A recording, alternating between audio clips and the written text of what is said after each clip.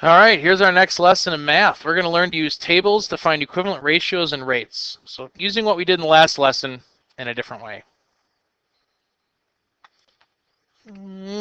Here is your warm-up. You got 4 unit rates I want you to find. So figure out what those unit rates are.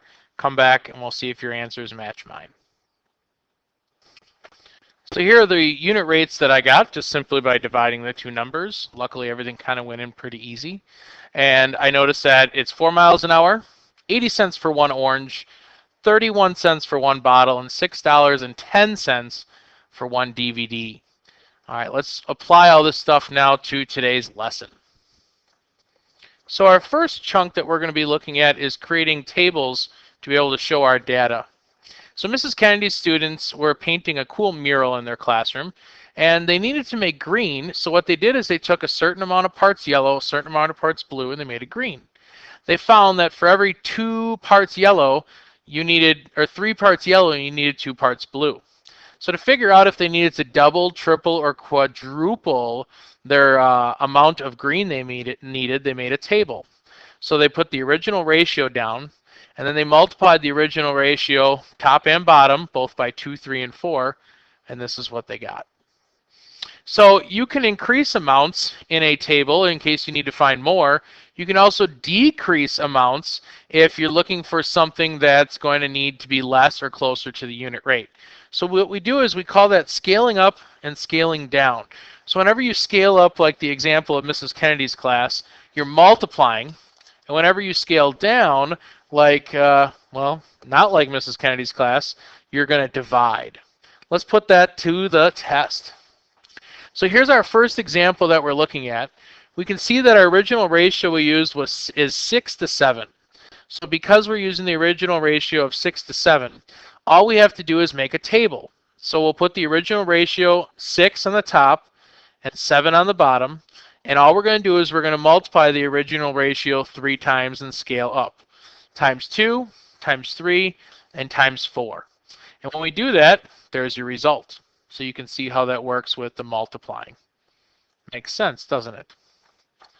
Now, with this next one, write this down, please, and then we'll go to the next one. Okay, with this one, it's 3 to 5, same exact thing. We have small ratios, so we're going to scale up. Again, you put the original ratio in the first column. You go ahead and you then multiply that 3 and 5 by 2, that 3 and 5 by 3, and that 3 and 5 by 4, and this is what you get. Now the answer at the bottom is the same exact way I did the first example, except this time I just wrote 2 in between them. Now, for the third example, for example 1, I have what's called scaling down. So scaling down is because I have big numbers of 48 and 36. So I have to find 3 common factors that 48 and 36 have. Well, 2, 3, and 4 work really well. So in this table, I took the original ratios, I divided them by 2, by 3, and by 4, and this is the result you get. 48 to 36 then became 24 to 18, then 16 to 12, and then 12 to 9. So we were able to get it even smaller and smaller and smaller.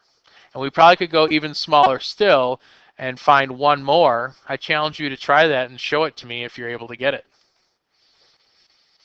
All right, we have 8 problems up here. I don't expect you to do all 8. I don't think that would be difficult, but I want you to only focus on the odds. 1 and 5, 3 and 7.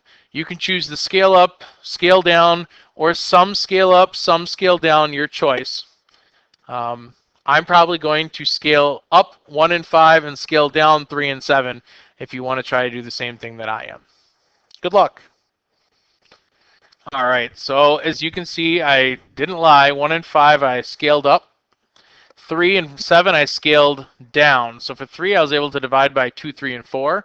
But for 7 I found that the common factors of 24 and 16 could be 2, 4, and 8. So that's how I got those answers.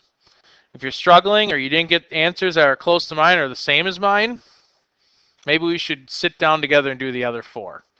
Just a thought. All right, let's move on.